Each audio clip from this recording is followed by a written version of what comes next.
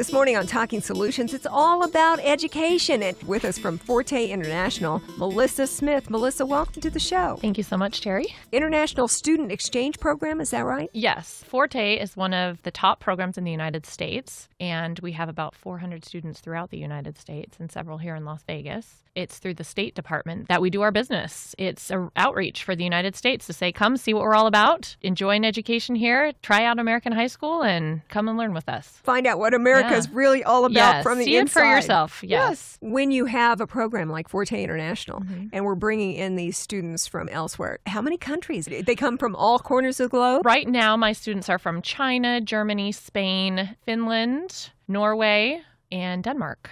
Do the kids have already any kind of familiarity with the English language? Yes, most of the Northern European students already have had English throughout school, so they are all set to come in and speak English very well, actually, already when they get here. FORTE, the International Student Exchange Program, is what we're talking about right now on Talking Solutions with our local Las Vegas area person for FORTE, which would be Melissa Smith. Bringing in these kids, you're working with the State Department, you're getting these kids in from other countries all over the place. Do we end up in return sending kids out? There are programs where you can send your children out. Yes, absolutely. I know people that have sent children to Germany. In fact, I had someone actually ask me, and we hooked them up with the information to send someone to do high school in Germany next year. Our program only goes this direction, so we are about intake. You help line up these kids. They get vetted like anything else. They do, and they pick the best of the best, really, for FORTE. I'm very pleased with the caliber of students that we have. They are good students. They're outgoing. They have to have good grades. They have to have some kind of English proficiency, as we've said. Some of these kids have already traveled internationally anyway, but then that opportunity to come here and have the year in high school, you have to be really motivated to want to do that because it does not count for their own high school in their own country. So it's actually just like an extra educational year that they're taking on. You picture teenagers and their attitude about life. These are the cream of the crop. These are the kids that are interested in the world and want to get out there and participate. How do you come up with the families that are actually the host families here in the States? Well, I gleaned most of my host families from friends and acquaintances, but we've done cold calling. It's kind of a process. Things kind of tend to be fate. They fall in your lap. I do a lot on social media with Facebook. We're looking to host some open houses this spring for families that are interested. And what I do is basically open it up to what they're looking for. What kind of a person would fit in your family? What are your interests? What are your activities? And then I go through my student profiles and pick 2 or 3 that these families can kind of take a look at. And often someone really resonates. They look at their picture, they look at their profile, and the student writes a letter to their prospective host family. And so you get a sense of their personality. And it's a really neat process because you see how people match themselves up with certain people that they see similarities and they pick the kid that they think is going to be right for them. And I just help facilitate that process. I'm thinking of all of the educational experiences that a host family would have. Bringing a foreign teen, high school student into your home, how long does it last? It can be 5 months or the 9-month school year. I have one student that's here just for spring. She came in January and she'll leave in June. But most of my students are here from 2 weeks before school starts through the end of the school year, and then they go back home. Think of the educational experiences that you get back as a host family for FORTE International. You've got a student raised elsewhere. If it wasn't someplace like England or Canada, they obviously have as their primary language another language. You would be exposed to some of that, to their lifestyle, their habits. That's one of the great things about it. You get to see your world through new eyes, really. You get to see what's neat about being here in the U.S. to them, what they're excited about, and you get to learn things about their country. Like if they're getting homesick, let's have a meal that is Spanish. The host families go out and they buy all the ingredients that the kids want so they can make their favorite meal. And our students are really interested in sharing their culture. They bring presents for the host families, and they share their pictures. They teach them words and phrases and teach them some of their own language. So it's really kind of an all-encompassing experience. You just get a real sense of how people are the same in the world and sharing the differences too. It's just really positive, I think, overall for most of our host families. If somebody was listening to us this morning on Talking Solutions and they said, that might be fun. We've got other kids in the house. What exactly does a prospective host family need to do to get with you to set up for a student? It's really easy. We have an application online at forteexchange.org, which is our website. FORTE, by the way. Yeah, FORTE for FORTE. There's an application process. They can call me 702-994 9978. That is my cell phone business phone. I will answer all hours of the day and night, answer questions. What you have to host an exchange student is you have to have a bed that's specifically for them. Doesn't have to be their own bedroom. They can share with a similarly aged host sibling. You have to have an interview with me, fill out a background check. Obviously, we want to provide the most safe environment for these kids coming over. It's basically a process where I come in, visit your home. We talk about personalities and what the process is when you have the student in your home and make sure that it's going to be a good fit. And I'm kind of like the extra parent. I'm your third parent in your relationship where I help solve problems and that sort of thing. So I feel like it's a pretty easy process that I walk the parents through. It doesn't take very long to fill out the paperwork. It covers our expectations. What is the host family's expectation? What are our expectations from FORTE for your care of the student? And after that, we just make sure we've got the right fit with the student and it rolls out from there. How interesting would it be for you to see your world through somebody else's eyes? Your food, your habits, your lifestyle, and just get an international take on it. I think in the world today, we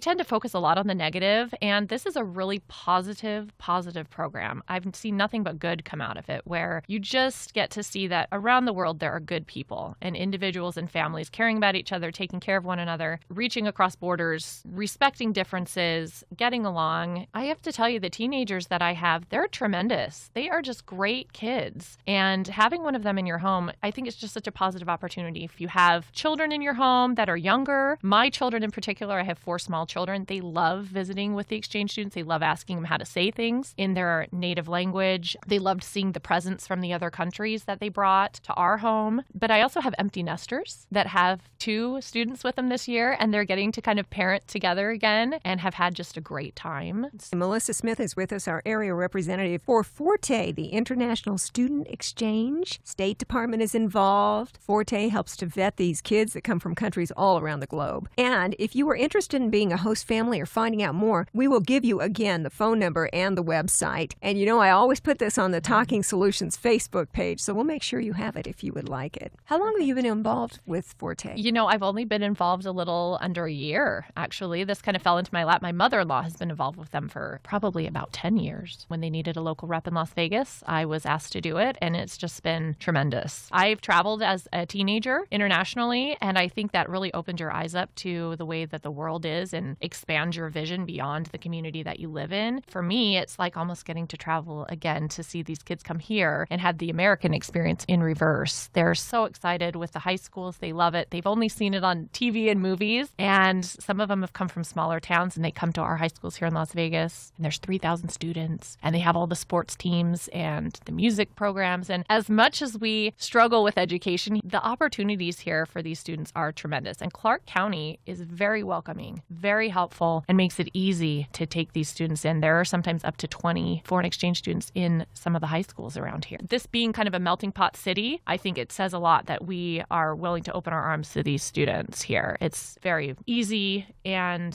very positive with Clark County's educational system, the way that they welcome these students in. They have systems set up, they have classes set up. So as far as the parent looking to have a student come into their home, you're going to have a very good experience with the high schools here. You mentioned that you were looking down the road a little ways on having some kind of meetings, seminars to put out there what it's like to be a host family for FORTE, the International Student Exchange. That'll be coming up, and when we're talking about the time frames when kids might be arriving. We may be just a few months out before the start of another school year. We are. It comes up fast, doesn't it? We get past Valentine's Day, and then it seems to snowball into spring break and right out into the end of the year. So we're looking in March and April to have some of our host families help me have an open house and invite people in. It's in my home. This is a home-based business. It's all about homes and families, really, when it comes down to it. Inviting people in, you can look at students that are available for the upcoming school year. And then what we do is get that paperwork rolling, which is a short process. And you can start Skyping with your student right away, talk to them over the summer, and they come in about 2 weeks before school starts to give them time to adjust to time changes, get them to know your family, get them registered in high school. I have a friend from here in Las Vegas who has taken off and is traveling the world. And because of social media like Facebook, we get to see her in Thailand. And currently she's in Australia and she has been through Europe. And we're getting that experience. It's just fun to share that. The world is getting smaller, isn't it? It is because of that social media. When you can pick someone to live in your home and then call them via Skype and talk to them, get to know them, ask them about expectations, have that interaction even before they come to your home, it makes those transitions so much easier. And then these kids coming, they're giving up their family for a year. That's hard, but like they come with their cell phones, they come with their laptops. So they're still on Facebook with their friends back in Denmark. They can call their mom and dad whenever they want to. This is a great time to do that because you're not isolated in this experience. And I find my host parents that I'm friends with on Facebook, they're friends with their host child's parents on Facebook. So this web of international contact is just bringing them all closer together. It's really interesting how that works. It helps to promote a global understanding, a sharing between cultures, and finding out how we have more commonalities than we have differences. For sure. And that's why the State Department is involved, first to protect our students, first and foremost, because they're here as our guests. And my job is to keep them safe while they're here. But it's to promote that positivity. How many negative things do we see about United States relations with people? And really, that's on kind of that macro worldwide level that we get maybe a negative sense. But when you look at individual people interacting, it's a completely different story. It's very positive. This is a neat idea. If you were going to be a host family for a FORTE International Exchange student, are there costs involved? How does that work? The main cost is your housing and food. Your job as a host family is to basically take this child on like they're one of your own. You'll house them and feed them. A few of my host families have teenage boys. It can be a little costly, but these students come with their own, they have health insurance. They have spending money for the extra things they need and for activities going out with their friends. So as far as larger costs like that might be a concern, things like car insurance, you don't have to worry about. They don't drive while they're here. We have very strict rules about their behavior. No drinking, no driving, no drugs. We're very strict. We have high standards for them. They have to keep good grades in order to be here with the type of visa that they're on. They have to have C grades or above. I think your main thing as a host family is the housing and spending your energy, getting to know this person and making an effort to really have it be positive for your whole family and for them. And when you load up the car to go to someplace on the weekend, like in Mount Charleston, or you're headed out to Lake Mead, or you're going to the Grand Canyon, suddenly you will have this international exchange student. To them, it's all new, and you get to experience it again through their eyes. Exactly. And they are excited to go to the beach. We've got a few that really just wanted to go to Disneyland, and so over spring break, their families are taking them to Disneyland.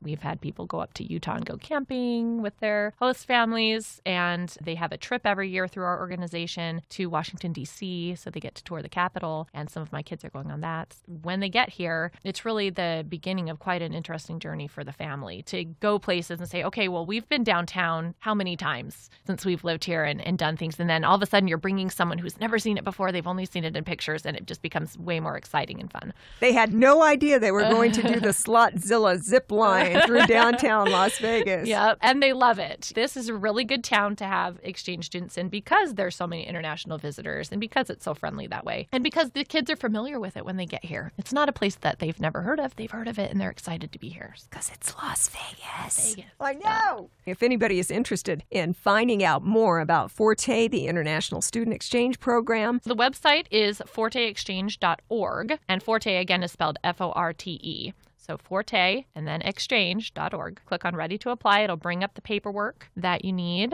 and you can get started on that process. And honestly, if you're looking at doing that and just want to ask me questions, you're welcome to call again. My number is 702-994-9978. I'm happy to answer any questions that anyone has about the process or what you can expect when the kids get here. Again, what costs are involved. That's really the main thing that people ask me about is, okay, what do we need to do when they come? And really, these kids come, they're paying to be part of this program. They're coming financially prepared to have costs every month to cover school notebooks and going out on the town and little trips here and there and their clothing and things. And as far as the family is concerned, you think the costs are pretty low and the rate of return is really high. If you are the type of person that is friendly and outgoing and you're comfortable with someone being in your home and you think it would be a good experience, I can only encourage you to try it because I think you'll find that it will be a good experience for your family. I hadn't thought about it before, but now that I know about FORTE, who knows? You'd love it, Terry. I think anyone would. We do encourage you, look into it. I will put all of the information, the website and the contact phone number on our Talking Solutions Facebook page, along with a podcast of this interview. Melissa Smith, thank you so much for joining us with FORTE Terry. International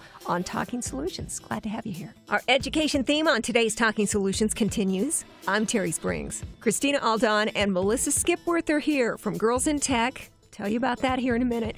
Let's start out, though, by talking about the Women in Technology Awards. We are going to be recognizing women in 5 different categories. We have the High Tech Woman of the Year, Entrepreneur, Rising Star, Community Service, and Mentor. We will be recognizing these women at an event in May. You can go to VegasWomenTechAwards.net and cast your nomination for any female working in technology in Las Vegas. I was just talking with our digital director for Beasley. I said, you could be nominated. And she looked at me with a smile and she said, make it happen. You should. Yes, absolutely. I'm going to. How do we determine if a woman with her job or with her activities is really the kind of person I would nominate? Listen, everything that we do in Women Advancing and Girls in Tech is to celebrate the achievements of women in technology, whatever level of engagement you have in media, in entrepreneurship, in technology. We encourage employers to nominate everyone and all women that are involved in those fields. Tell us why they're exceptional and tell us the impact they're having in the community and really help us to celebrate them and let them shine. I have a friend who I work with who I think would be great to be nominated.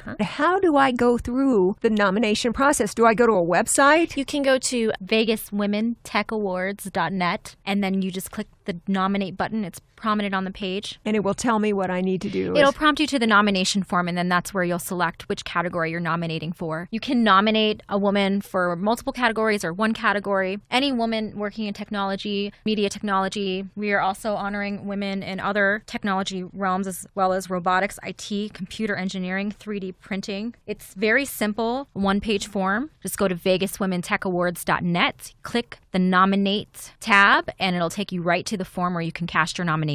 You have until April 15th. And then the awards themselves, the second annual is going to happen in May, is that right? Mid-May. If I nominate somebody, is there a cost when I send in my application? There's no fee at all. It's 100% free. And the only thing we are asking that local technologies get involved with one of our non-monetary promotional sponsorships, definitely encouraging the tech companies in Las Vegas to nominate their employees. And we do have some monetary sponsorships available for helping us host the event. Email us at info@VegasWomenTechAwards.net or definitely go online to VegasWomenTechAwards.net and nominate their employees for an award. Nominations are open right now. I'm going to nominate somebody for this. With us, Christina Aldan and also Melissa Skipworth. We're talking about girls in tech. Girls, for some reason, don't seem to be as interested in things that we consider STEM. Science, technology, engineering, and math. That's right. That's why we have these kinds of events. So it allows women to come together and support each other. It allows our community to come together and support the outstanding women. And then the girls see these role models in positions. They see the role models accepting awards in these fields. And hopefully it will encourage them to also go into these fields and develop their careers further. It just doesn't make any sense to me why girls would not be interested in STEM areas of study because it is so prevalent. Yes. I can't think of too many people who do not interact at some point during their day with computers. That's right. Even with Girls in Tech, we have launched the Global Classroom online that allows girls to create a Tumblr page using HTML and CSS techniques. So the girls don't necessarily know that they want to code, but they know that they want their Tumblr blog to look cute, right?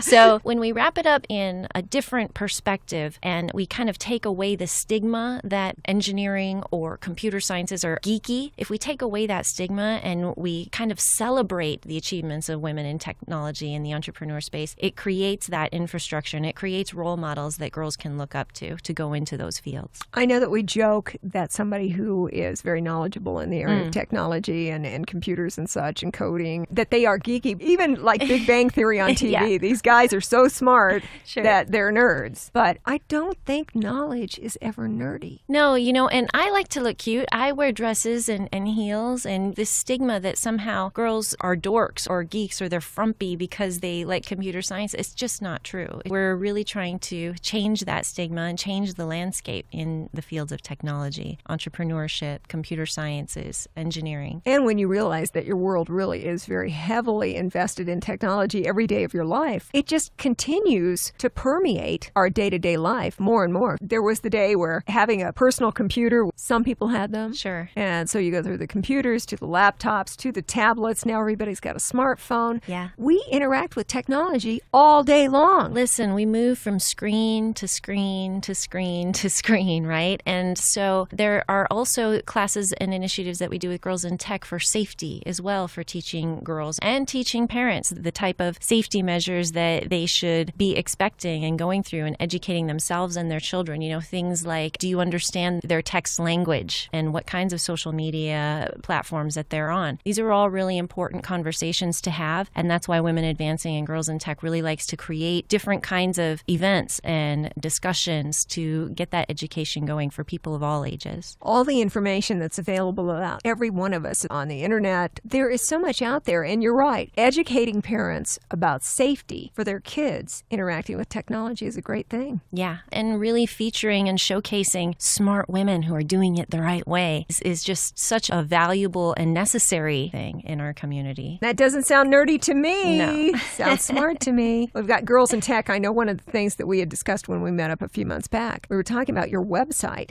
and the educational opportunities that are there for anyone, female or otherwise. Anybody who's interested in learning a lot of neat things about technology can do it for free on your website. Oh, yeah. You can go to girlsintechlasvegas.org to get those resources. There are so many online resources to learn how to code, whatever level of interest, to code, to design, to create cool stuff. There are a lot of free online resources, and I don't think everybody really realizes that. They think maybe they have to go take a course that's worth thousands of dollars, or they have to dedicate 3 months of their life. But really, whatever level of engagement you want, at your own pace, there are plenty of online learning resources. girlsintechlasvegas.org. Melissa Skipworth also with us. We're talking about technology and educational type issues today on Talking Solutions. Melissa, I know that you're involved with Women in Technology. What is the organization again? Is it WIMI? Women Advancing, formerly Women Media Mentoring Initiative, WIMI, a group of women across the U.S. There's several chapters now, and our focus is on providing women with a professional and personal development growth opportunities, as well as long-lasting friendships by creating networking events for women in media, marketing, entertainment, technology, and design. Now, being Women Advancing, we've kind of opened it up to more industries, not just media and entertainment, but we still have a strong core in media, marketing, and entertainment. Supportive, collaborative environment for women is so important, especially young women entering the workforce. We want to provide the resources to college students to have the opportunity to network with women at the top of their career and then mid-level, because there's so much that we all can learn from each other, and we like to break down silos. So it doesn't matter what stage you are at in your career, if you're just entering the workforce or if you're a C-level executive, get all these women in the same room networking and learning from one another, because we really do have just as much to teach as to learn from the younger generation because of technology and how it's so prevalent in their lives. I'm just old enough to where computers came basically into the mainstream as far as being available to individuals during the time that I was junior high, high school, college, things like that. So I think people maybe my age looking back, we need to adapt and get familiar and get more comfortable, whereas younger people have no such barriers. It's always been there. It's part of their growth process. I was talking to an ATech faculty member, and she was saying how between the ages of 11 and 13 that girls are opting out of STEM and computer classes, and we're trying to figure out why.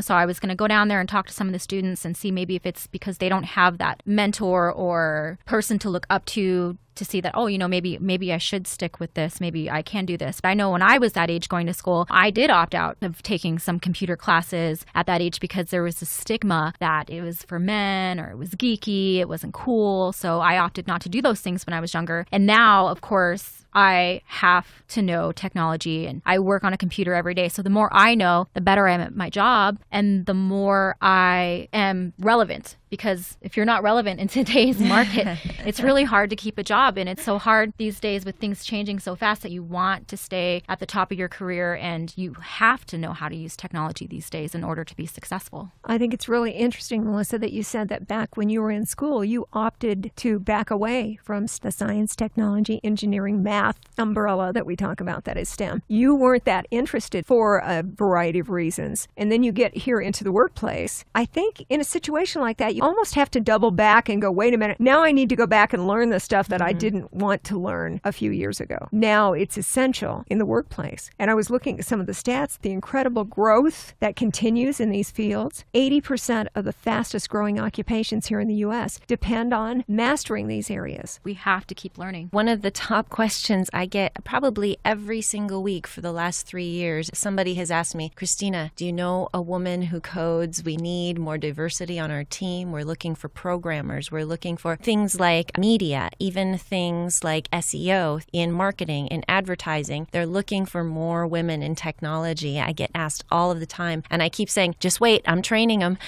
Give me 5 more years. Give me 10 more years. They're getting there. We are bringing them along.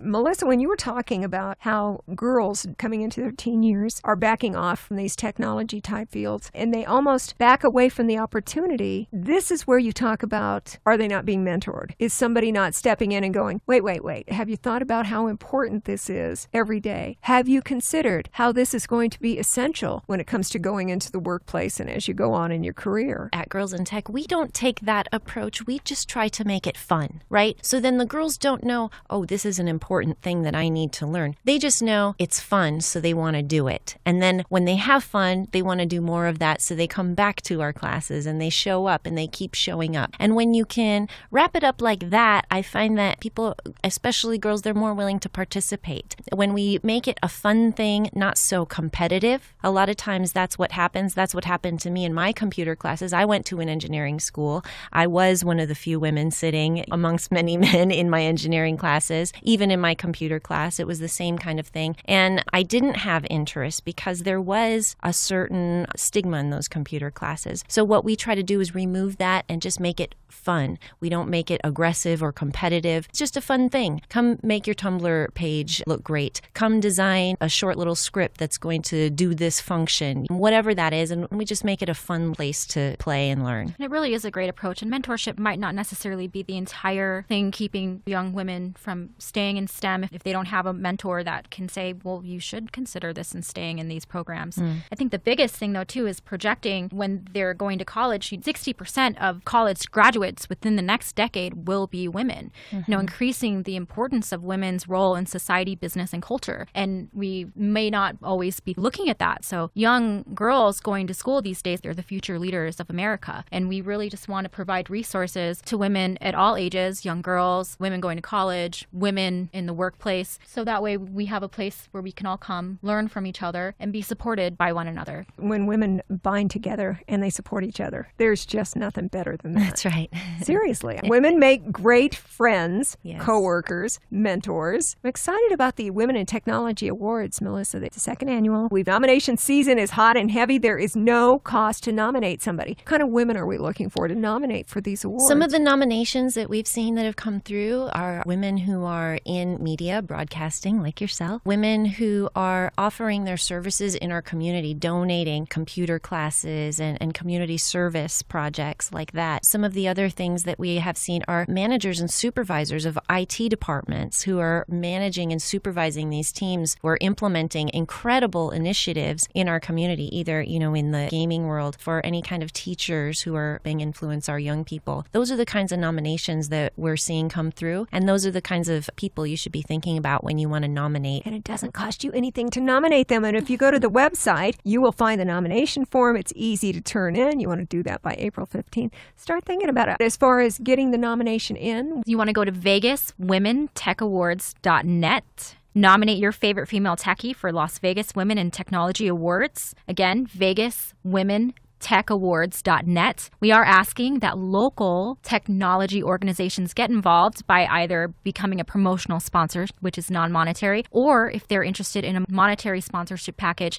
they can email us at info@vegaswomentechAwards.net. But we really need to get those nominations in there, whether you know an entrepreneur working in technology, if you know someone in broadcast media, robotics, IT, computer engineering, anyone who has their hands in technology that is a woman doing incredible things in the community. We want to hear about it, and we want to recognize those women. And Girls in Tech, out there is an educational experience for you. I don't care how old you are. Everybody works with computers. Everybody deals with computers. If your knowledge is not where you want it to be, there are free opportunities out there. girlsintechlasvegas.org. I think that it's just a really great time in Las Vegas for technology and for women in technology. There was a study last year that said that 65% of women are participants in all new Vegas tech startups, which is really, really special. It's kind of a unique situation. We're being called the new Silicon Strip here in Vegas, right? Not silicone, which is what a lot of people think about Las Vegas. Oh, right. It's a whole different issue. Christina Aldan, Melissa Skipworth, we appreciate you coming in to join us today on Talking Solutions. So good to have you both back. Thanks. Talking Solutions is a production of the Community Relations Department here at Beasley Media Group Las Vegas. Get more information on today's topic on our Talking Solutions page on Facebook, where you will also find links and a podcast of today's show. Thanks for listening, and have a great week.